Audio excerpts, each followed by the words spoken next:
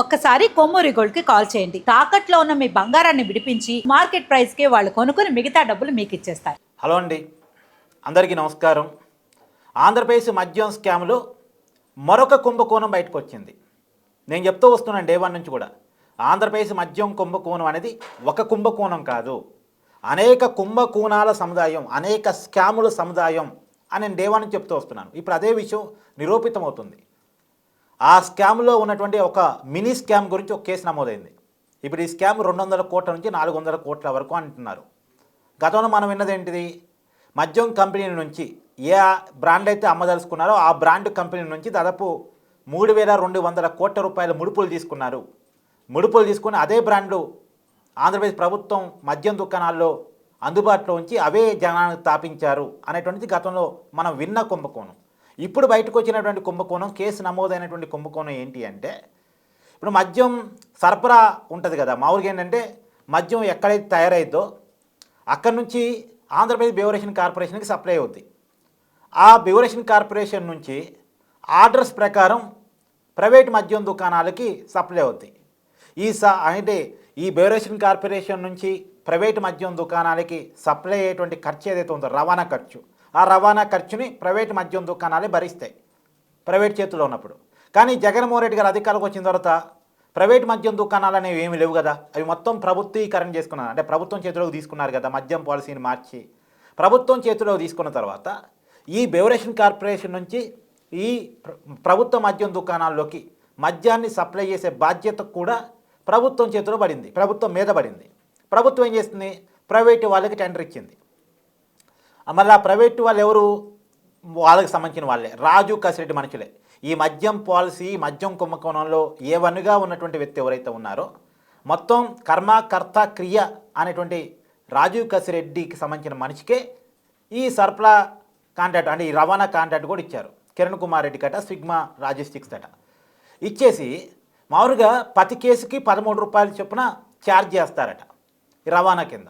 కానీ ఒక్కసారిగా దాన్ని 34 రూపాయలకి పెంచారు. మరి లాభం రావాలిగా, ఎక్కువ డబ్బులు దబ్బేయాలి కదా అని చెప్పి 13 రూపాయల నుంచి 34 రూపాయలకి రవాణా ఖర్చును పెంచేశారు. ప్రతి కేసుకి 34 రూపాయలు ఇవ్వాల్సిందే అనేటువంటిది. ఇచ్చేది ప్రభుత్వమే కదా, భరించేది ప్రభుత్వమే కదా. మళ్ళా ఆ భరించే ఖర్చుని మద్యం బాటిల్ మీద రేటు పెంచి జనం మీద దోసేస్తారు.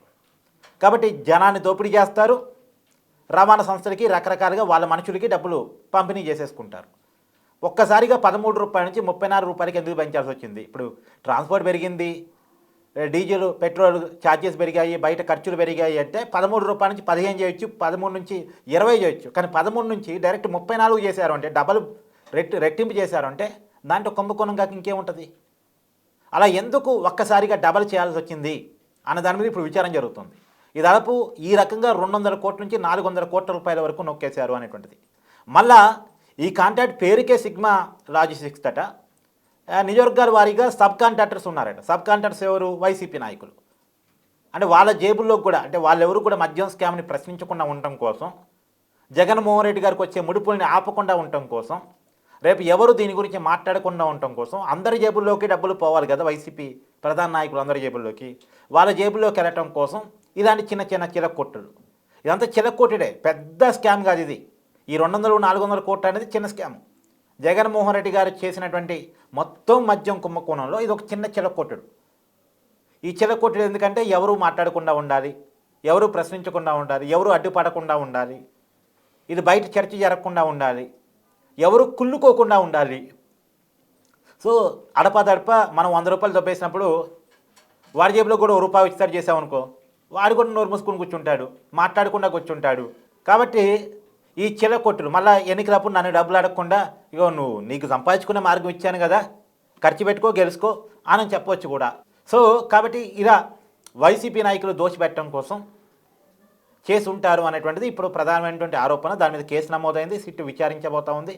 మరి సబ్ కాంట్రాక్టర్స్ ఏ నాయకులు తీసుకున్నారు, అసలు ఎందుకు సిగ్మా లాజిస్టిక్స్కి ఈ కాంట్రాక్ట్ ఒప్పచెప్పారు, టెండర్ ఎలా ఒప్పచెప్పారు, ఏ ప్రొసీజర్ ప్రకారం ఒప్పచెప్పారు, ఒక్కసారిగా 13 నుంచి 34 రూపాయలకి ఎందుకు పెంచారు ప్రతి కేసుకి రవాణా ఛార్జు, ఇవన్నీ కూడా రాబోయే కాలంలో విచారించాల్సినటువంటి అవసరం అయితే ఉంది. కానీ ఒక విషయం ఏంటంటే, ఎన్ని స్కాములు బయటకు వచ్చినా సరే అంతిమ లబ్ధిదారు పాత్ర తీరుతుందా లేదా, ఇది కదా ఇంపార్టెంట్.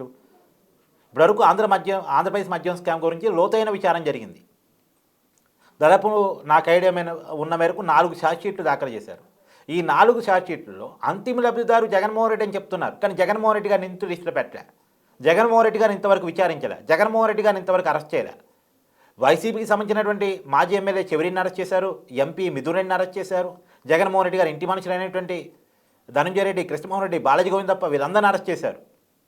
A1 రాజు కసిరెడ్డి ఇప్పటికీ జైల్లోనే ఉన్నారు. అతను బెయిల్ కోసం సుప్రీంకోర్టు దాకా పోయినా సుప్రీంకోర్టు ఇవ్వట్లే. ఎందుకంటే రాజు కసిరెడ్డి పాత్ర చాలా క్లియర్గా ఉందని సుప్రీంకోర్టు అభిప్రాయపడుతుంది. మనం చాలా సీరియస్ అయింది రాజు కసిరెడ్డి మీద. ఇంత పెద్ద నేర అభియోగాలు ఎదుర్కొన్న వ్యక్తికి ఎట్టా బెయిల్ ఇవ్వమంటారని అడిగింది. ఇప్పుడు అనుభవించిన జైలు జీవితం సరిపోయిద్దా అని అడిగింది. రాజు కసిరెడ్డి లోకల్ కోర్టు నుంచి సుప్రీంకోర్టు దాకా బెయిల్ కోసం వెళ్ళాడు. ఏ కోర్టు ఇవ్వట్లే. అంత పెద్ద కుంభకోణం, అంత పెద్ద నేరం. కానీ ఇంత పెద్ద నేరంలో, ఇంత పెద్ద కుంభకోణంలో జగన్మోహన్ రెడ్డి గారి విచారణ ఎక్కడ, జగన్మోహన్ రెడ్డి గారు అరెస్ట్ ఎక్కడ? ఇది సామాన్యుడి క్వశ్చన్. ఎందుకంటే ఇది మామూలుగా కాదండి, జనాన్ని చంపేస్తూ చేసిన స్కాము. నకిలీ మద్యం వల్ల, జే బ్రాండ్ వల్ల, వాళ్ళు అమ్మినటువంటి మద్యం వల్ల ఆరోగ్యాలు పోడై చనిపోయినటువంటి కుటుంబాలు నేను లెక్కలు చెప్తా ఉన్నప్పుడు, దాదాపు లక్షలాది కుటుంబాలు ఆగమైపోయి అనుకున్నప్పుడు, కిడ్నీలు, లివర్లు పోగొట్టుకున్న కుటుంబాలు కొన్ని, ప్రాణాలే కోల్పోయినటువంటి కుటుంబాలు కొన్ని, ఆంధ్రప్రదేశ్ ప్రజలందరికీ తెలిసి జరిగినటువంటి స్కాము, అందులోనూ క్యాష్ అండ్ క్యారీ పద్ధతిలో జరిగినటువంటి స్కాము. అసలు పెద్ద కుంభకోణం చెప్పనా అండి. ఇప్పుడు ఈ 3200 కోట్లు, ఇప్పుడు ఈ 200, 400 కోట్లు ఇవన్నీ పక్కన పెట్టండి. ఒక పెద్ద స్కామ్ గురించి మీకు చెప్తా. ఇప్పుడు ప్రతి మద్యం బాటిల్ కొనేటప్పుడు క్యాష్ అండ్ క్యారీ పద్ధతిలోనే అమ్మారు కదా. రియల్గా బాటిల్కి ఎంత వసూలు చేసి గవర్నమెంట్ అకౌంట్లో వేశారు, ఎంత జనం నుంచి డబ్బు రూపంలో తీసుకున్నారు. ఆ జనం బాటిల్ కొనుక్కునేటప్పుడు ఒక 2000 బాటిల్ అనుకొని ఇచ్చారనుకోండి, ఎగ్జాంపుల్ 2200 అనేది బాటిల్ రేటు తీసుకున్నారు, బాటిల్ చేతిలో ఇచ్చారు. 2000 గవర్నమెంట్ అకౌంట్లో ఇచ్చేసి 200 జేబులో పెట్టుకున్నారేమో. దాని మీద విచారణ జరిగింది ఇంతవరకు. క్యాష్ అండ్ క్యారీ పద్ధతిలో వసూలు చేయడానికి ఉండే కారణాలు ఇవే కదా. ఇప్పుడు ఇంకో కుంభకోణం అంటున్నారు. ఏంటిది? ఎంప్లాయీస్ కుంభకోణం. ఇప్పుడు మద్యం షాపుల్లో 2-3 కుర్రవాళ్ళని డ్యూటీలో పెట్టారు, 2-3 డ్యూటీలో పెట్టారు. ఆ ముగ్గురికి ఒక జీతాన్ని డిసైడ్ చేశారు. ఒకవేళ 15,000 ఎంతో జీతాన్ని డిసైడ్ చేశారు. నిజానికి 15,000 అని వాళ్ళు బుక్కులో రాసుకున్నారు. 15,000 ఇచ్చారా? ఇంకా అకౌంట్లో వేయలేదు, క్యాషే ఇచ్చారు కదా. 12,000 ఇచ్చి 15,000 ఇచ్చినట్టు రాసుకున్నారేమో. ఇద్దరితో పని చేపించి ముగ్గురు పని చేసినట్టు రాసుకున్నారేమో. ఇలాంటి అనేక విషయాలు దీంట్లో ఉన్నాయి, అనేక కోణాలు దీంట్లో ఉన్నాయి. క్యాష్ అండ్ క్యారీ పద్ధతిలోనే మద్యం అమ్మటానికి ఉన్న కారణాలు ఇవి. ఇప్పుడు కరోనా టైంలో డబ్బులు దొరక్క కింద మీద పడుతున్న సమయం కదా, క్యాష్ ఎవరు పట్టుకొస్తారు? అది తెలిసి కూడా క్యాష్ అండ్ క్యారీ పద్ధతిలోనే అమ్మారు అంటే జనం ఎక్కడన్నా చావని క్యాష్ ఎట్టొకట పట్టుకొస్తారు. మద్యానికి అలవాటైనోడు పట్టక రాకుండా ఉంటాడా అన్నటువంటి ధీమా కాదా? స్కామ్ చేద్దాం అనేటువంటి ఆలోచన కాదా? చిన్న టీ కొట్టు దగ్గర 5 రూపాయలకి 10 రూపాయలకి పాన్ షాప్ దగ్గర ఫోన్పేలు, గూగుల్ పేలు ఉన్న రోజుల్లో క్యాష్ కొట్టు మద్యం పట్టు అంటే మళ్ళా అదేమన్నా 5 రూపాయలు 10 రూపాయలు దొరికేదా మద్యం? కాదు, వందలాది రూపాయలు, వేలాది రూపాయలు ఒక్కొక్క బాటిల్ ఖర్చు. అంతేగా.